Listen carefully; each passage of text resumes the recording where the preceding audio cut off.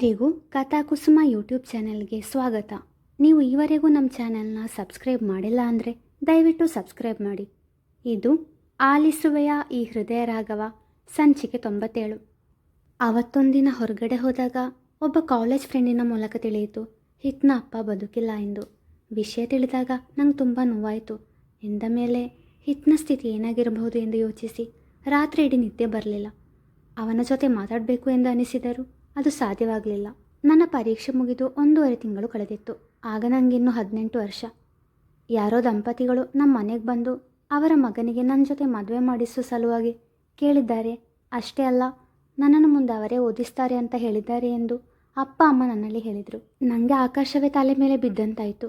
ಯಾಕೆಂದರೆ ನಾನು ಅದಾಗಲೇ ನನ್ನ ಮನಸ್ಸಲ್ಲಿ ಹಿತ್ ಬಗ್ಗೆ ಪ್ರೀತಿ ಇರುವುದನ್ನು ಅರಿತಿದ್ದೆ.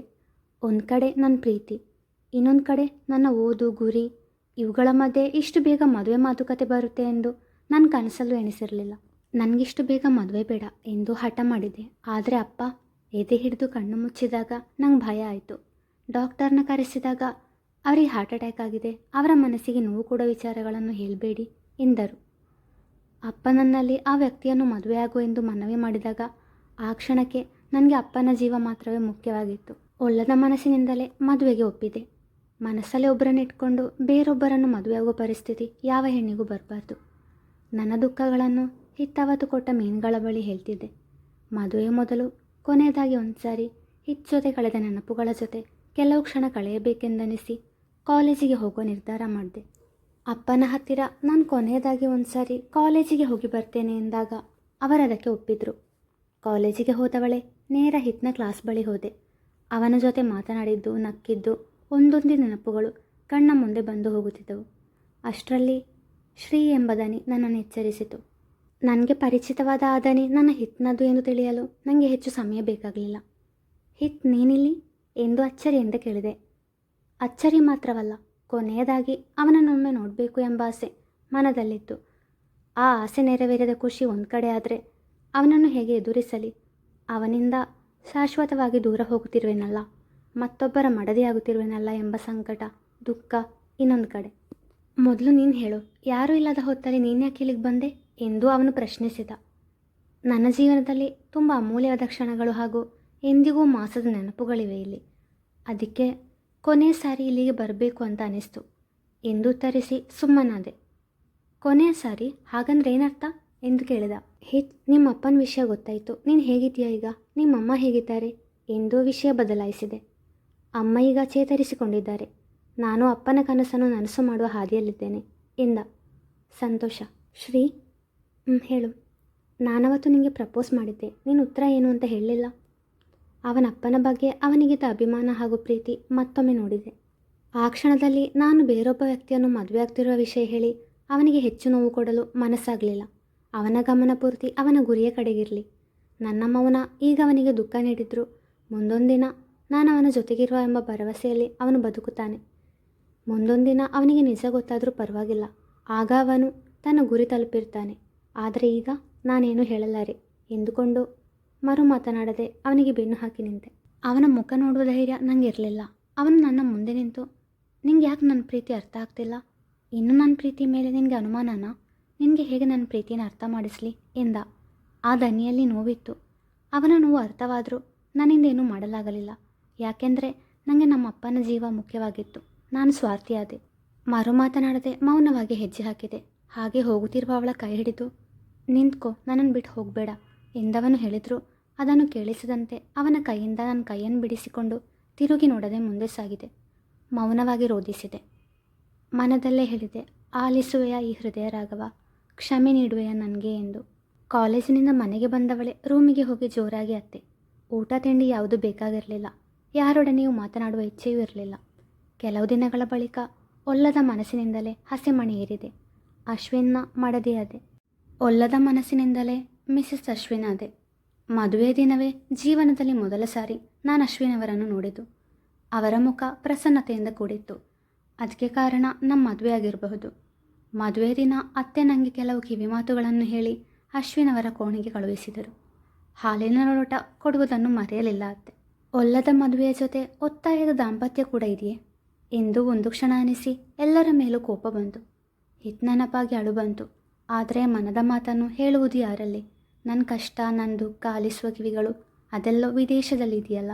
ನನ್ನ ಅನುಮತಿ ಇಲ್ಲದೆ ಅಶ್ವಿನ್ ಅವರು ನನ್ನ ದೇಹ ಸ್ಪರ್ಶಿಸಿದರೆ ಆ ಕ್ಷಣವೇ ಈ ಬದುಕನ್ನು ಕೊನೆಗೊಳಿಸುವೆ ಎಂದು ನಿರ್ಧಾರ ಮಾಡಿದೆ. ನನ್ನ ಮನಸ್ಸು ಪೂರ್ತಿ ಹಿತ್ತುಂಬಿರುವಾಗ ಇನ್ನೊಬ್ಬರ ಜೊತೆ ಹೇಗೆ ಬದುಕಲಿ? ನನ್ನ ಮನಸ್ಸು ಅದಕ್ಕೆ ಒಪ್ಪದು.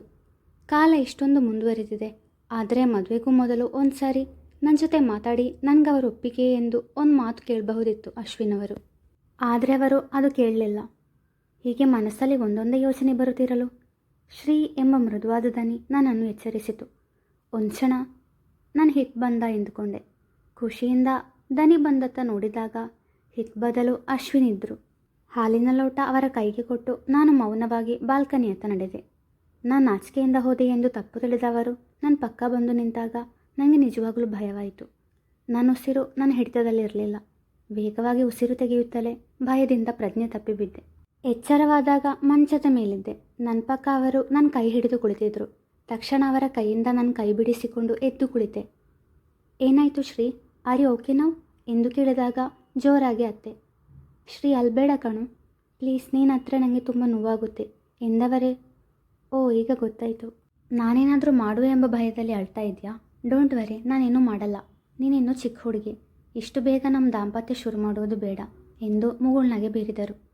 ಅವರ ಮಾತು ಕೇಳಿ ನಂಗೆ ತುಂಬ ಖುಷಿಯಾಯಿತು. ಎಲ್ಲ ಗಂಡಸರು ಹೆಣ್ಣಿನ ದೇಹವನ್ನು ಬಯಸುವುದಿಲ್ಲ. ಅವರಲ್ಲೂ ಒಳ್ಳೆಯವರಿದ್ದಾರೆ ಎಂದು ಸಮಾಧಾನವಾಯಿತು. ಹಾಗೆ ಅಶ್ವಿನ್ ಬಗ್ಗೆ ಮನದಲ್ಲಿ ಗೌರವ ಮೂಡಿತು. ಒಳ್ಳೆಯ ಮನಸ್ಸಿರುವ ಒಳ್ಳೆಯ ವ್ಯಕ್ತಿಗೆ ಮೋಸ ಮಾಡುವುದು ತಪ್ಪಲ್ವಾ? ನನ್ನ ಮನಸ್ಸಲ್ಲಿ ಇರುವುದನ್ನು ಅವರ ಬಳಿ ಹೇಳಬೇಕೆನಿಸಿತು. ಅವರ ಪಕ್ಕ ನೆಲದಲ್ಲಿ ಕುಳಿತು ಅವರಿಗೆ ಕೈ ಜೋಡಿಸಿ ಕ್ಷಮೆ ಕೇಳಿದೆ. ಯಾಕೆ ಹೀಗೆ ಮಾಡ್ತಿದ್ಯಾ ಶ್ರೀ? ಯಾಕೆ ಕ್ಷಮೆ ಕೇಳ್ತಿದ್ಯಾ ಎಂದು ಕೇಳಿದಾಗ, ನನಗೆ ಈ ಮದುವೆ ಇಷ್ಟ ಇಲ್ಲ, ದಯವಿಟ್ಟು ನನ್ನನ್ನು ಕ್ಷಮಿಸಿ ಎಂದೆ. ಅವರು ಮರುಮಾತನಾಡದೆ ಎದ್ದು ಬಾಲ್ಕನಿಯತ್ತ ಹೋದರು. ಅವರ ಮನಸ್ಸಿಗೆ ನೋವಾಗಿದೆ. ನಾನು ಹೇಳಿದ ಮಾತು ಕೇಳಿ ಶಾಕ್ ಆಗಿದೆ. ಅದರಿಂದ ಹೊರಬರಲು ಅವರಿಗೂ ಸಮಯ ಬೇಕೆಂದೆನಿಸಿ ಮೂಲೆಯಲ್ಲಿ ಮುದುಡಿ ಕುಳಿತೆ. ಸ್ವಲ್ಪ ಹೊತ್ತಿನ ಬಳಿಕ ನನ್ನ ಬಳಿ ಬಂದವರೇ, ಮತ್ತ್ಯಾಕೆ ಈ ಮದುವೆಗೆ ಒಪ್ಪಿದೆ? ನಿನಗೆ ಈಗ ನಾನು ಇಷ್ಟ ಇಲ್ಲದೆ ಇದ್ದರೂ ಮುಂದೆ ಒಂದಿನ ನನ್ನ ಮೇಲೆ ಪ್ರೀತಿ ಹುಟ್ಟಬಹುದಲ್ವಾ? ನಾನು ಅಲ್ಲಿ ತನಕ ಕಾಯ್ತೀನಿ ಎಂದರು. ಅದು ಯಾವತ್ತೂ ಸಾಧ್ಯವಿಲ್ಲ. ಯಾಕಂದರೆ ನಾನೀಗಾಗಲೇ ಒಬ್ಬರನ್ನು ಪ್ರೀತಿಸ್ತಿದ್ದೇನೆ. ನನ್ನ ಮನಸ್ಸಲ್ಲಿ ಮೊದಲ ಸಾರಿ ಹಾಗೂ ಕೊನೆಯ ಸಾರಿ ಪ್ರೀತಿ ಹುಟ್ಟುವುದು ನನ್ನ ಹಿತ್ ಮೇಲೆ ಮಾತ್ರ. ಅವನ ಜಾಗವನ್ನು ಖಂಡಿತ ಬೇರೆ ಯಾರಿಗೂ ಕೊಡಲಾರೆ ಎಂದಾಗ, ಶ್ರೀ, ಯಾಕೆ ಹೀಗೆ ಮಾಡಿದೆ? ಮದುವೆಗೂ ಮೊದಲು ನನ್ನ ಬಳಿ ಒಂದು ಮಾತು ಹೇಳ್ಬೋದಿತ್ತಲ್ವಾ ಎಂದು ವೇದನೆಯಿಂದ ಕೇಳಿದರು. ಹೇಳಲು ಅವಕಾಶ ಎಲ್ಲಿತ್ತು? ನಾನು ನಿಮ್ಮನ್ನು ಮೊದಲ ಸಾರಿ ನೋಡಿದ್ದೆ ನೀವು ನನಗೆ ತಾಳಿ ಕಟ್ಟಿದಾಗ. ಮದುವೆಯ ಮೊದಲು ಒಂದು ಸಾರಿ ಕೂಡ ನೀವು ನನ್ನ ಬಳಿ ಮಾತಾಡಲಿಲ್ಲ. ಆ ಅವಕಾಶ ಸಿಗಲಿಲ್ಲ ಎಂದು ನನ್ನ ಹಾಗೂ ಹಿತ್ನ ಪೂರ್ತಿ ಕಥೆಯನ್ನು ಅವರ ಬಳಿ ಹೇಳಿ, ಅಪ್ಪನ ಪ್ರಾಣ ಉಳಿಸಲು ನಿಮ್ಮನ್ನು ಮದುವೆ ಆದೆ. ನಿಮ್ಮ ಜೀವನದ ಜೊತೆ ಆಟ ಆಡುವ ಯಾವ ಉದ್ದೇಶವೂ ನನಗಿರಲಿಲ್ಲ. ದಯವಿಟ್ಟು ನನ್ನನ್ನು ಕ್ಷಮಿಸಿ ಎಂದು ಕ್ಷಮೆ ಕೇಳಿದೆ. ಹೇ, ನೀನು ಕ್ಷಮೆ ಕೇಳಬೇಡ, ತಪ್ಪೆಲ್ಲ ನಂದೆ. ಅವತ್ತು ನಿನ್ನನ್ನು ದೇವಸ್ಥಾನದಲ್ಲಿ ನೋಡಿದ್ದೆ. ಮೊದಲ ನೋಟಕ್ಕೆ ನೀನು ತುಂಬ ಇಷ್ಟವಾದೆ. ಮನೆಯವರು ಮದುವೆಗೆ ಒತ್ತಾಯ ಮಾಡಿದಾಗ ನಿನ್ನ ಮುಖವೇ ನೆನಪಾಗ್ತಿತ್ತು. ನಿನಗೆ ನಾನಂದರೆ ಇಷ್ಟನೋ ಇಲ್ವೋ ನಾನು ನೇರವಾಗಿ ವಿಚಾರಿಸಲೇ ಇಲ್ಲ. ಒಮ್ಮೆ ನಿನ್ನ ಬಳಿ ಮಾತಾಡಬೇಕು ಎಂದು ನಿನ್ನ ಮನೆಯ ಬಳಿ ಹೊರಟಾಗ ದೊಡ್ಡಮ್ಮ ನಾನು ತಡೆದು ಹೇಳಿದರು, ನಿನಗೆ ನಾನು ಇಷ್ಟ ಅಂತ. ಹಾಗೆಯೇ ಮದುವೆಗೆ ಮೊದಲು ಮಾತಾಡಬಾರ್ದು ಅಂತ. ಅದನ್ನೇ ನಂಬಿ ನೀನನ್ನು ಮದುವೆ ಆದೆ. ಐಮ್ ಸಾರಿ ಶ್ರೀ, ನನ್ನಿಂದ ನೀನು ದುಃಖ ಪಡುವ ಹಾಗಾಯಿತು ಎಂದರು. ನಾನು ಓದಿ ಒಂದು ಒಳ್ಳೆ ಉದ್ಯೋಗ ಗಿಟ್ಟಿಸಿಕೊಂಡು ಆಮೇಲೆ ಅಪ್ಪನ ಕಾಲು ಸರಿಪಡಿಸಬೇಕು. ತಮ್ಮ ಹಾಗೂ ತಂಗೆ ವಿದ್ಯಾಭ್ಯಾಸ, ಮದುವೆ ಎಲ್ಲ ಜವಾಬ್ದಾರಿ ತಗೋಬೇಕು. ಆಮೇಲೆ ಹಿತ್ ವಿಷಯ ಮನೆಯಲ್ಲಿ ಹೇಳಬೇಕು ಅಂತಿದ್ದೆ. ಆದರೆ ಇಷ್ಟು ಬೇಗ ನನ್ನ ಮದುವೆ ಆಗುತ್ತೆ ಅಂತ ನಂಗೆ ಗೊತ್ತಿರಲಿಲ್ಲ. ಅಪ್ಪ ಇದ್ದ ಪರಿಸ್ಥಿತಿಯಲ್ಲಿ ನನಗೆ ಹಿತ್ ಬಗ್ಗೆ ಹೇಳುವ ಮನಸ್ಸಾಗಲಿಲ್ಲ. ಅವನು ತನ್ನ ಹೈಯರ್ ಸ್ಟಡೀಸ್ಗೋಸ್ಕರ ಫಾರಿನ್ಗೆ ಹೋಗಿದ್ದಾನೆ. ಒಂದು ವೇಳೆ ನನ್ನ ಮದುವೆ ವಿಷಯ ಅವನಿಗೆ ಗೊತ್ತಾದರೆ ಅವನ ಹೃದಯ ಚೂರಾಗುತ್ತೆ ಎಂದು ನಾನು ಅತ್ತಾಗ ಅವರು ನನಗೆ ಸಮಾಧಾನ ಮಾಡಿ, ಶ್ರೀ, ನೀನು ಅಳಬೇಡ ಪ್ಲೀಸ್. ನಿನ್ನನ್ನು ನೀನು ಹಿತ್ ಜೊತೆ ಸೇರಿಸುವ ಜವಾಬ್ದಾರಿ ನಂದು. ನಾನು ಮಾಡಿದ ತಪ್ಪಿಗೆ ನಾನೇ ಪ್ರಾಯಶ್ಚಿತ್ತ ಮಾಡ್ತೀನಿ. ಆದರೆ ನನ್ನದೊಂದು ಕಂಡೀಷನ್ ಇದೆ ಎಂದರು. ಅವರ ಮಾತು ಕೇಳಿ ಖುಷಿಯಾದ ನಾನು ಕಣ್ಣೊರೆಸಿಕೊಂಡು, ಯಾವ ಕಂಡೀಷನ್ಗೂ ಒಪ್ತೇನೆ, ನನಗೆ ನಾನು ಹಿತ್ ಬೇಕು ಎಂದೆ. ನಾನು ನಿನ್ನವನಾಗಲು ಸಾಧ್ಯವಿಲ್ಲ.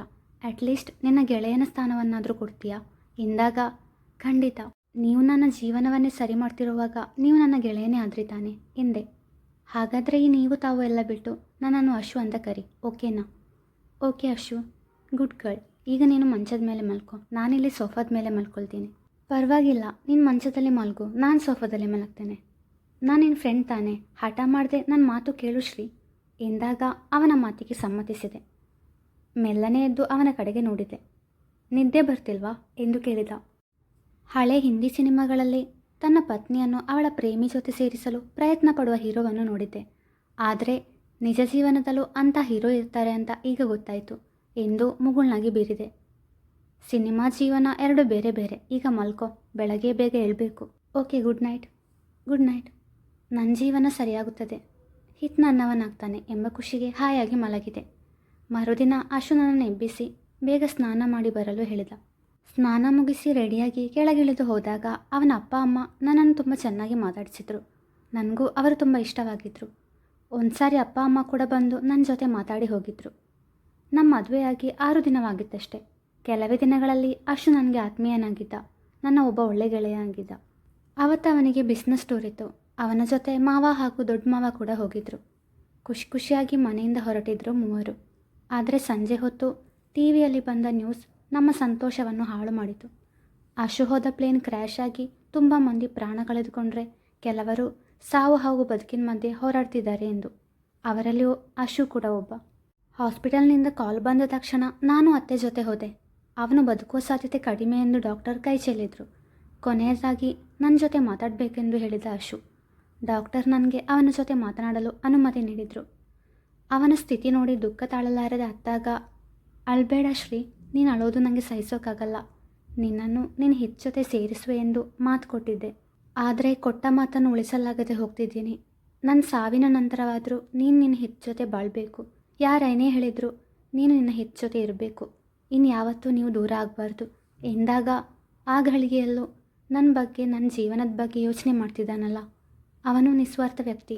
ಆದರೆ ನಾನು ಬರೀ ಸ್ವಾರ್ಥಿ ಆದೆ ಎಂದುಕೊಂಡು ಅತ್ತಾಗ, ಶ್ರೀ, ನಾನಿನ್ನು ಹೆಚ್ಚು ಹೊತ್ತು ಬದುಕುವುದಿಲ್ಲ. ನೀನು ನಿನ್ನ ಹಿತ್ ಜೊತೆ ಇರ್ತೀಯಲ್ವಾ? ನಿನ್ನ ಜೀವನ ಅವನ ಜೊತೆ ಮಾತ್ರವೇ ಚೆನ್ನಾಗಿರಲು ಸಾಧ್ಯ. ನಂಗೆ ಮಾತು ಕೊಡು ಶ್ರೀ, ನೀನು ಹಿತ್ ಜೊತೆ ಇರುವೆ ಎಂದು ಕೈ ಮುಂದೆ ಚಾಚಿದ. ನಾನು ನನ್ನ ಕೈಯನ್ನು ಅವನ ಕೈಯ ಮೇಲಿಟ್ಟೆ.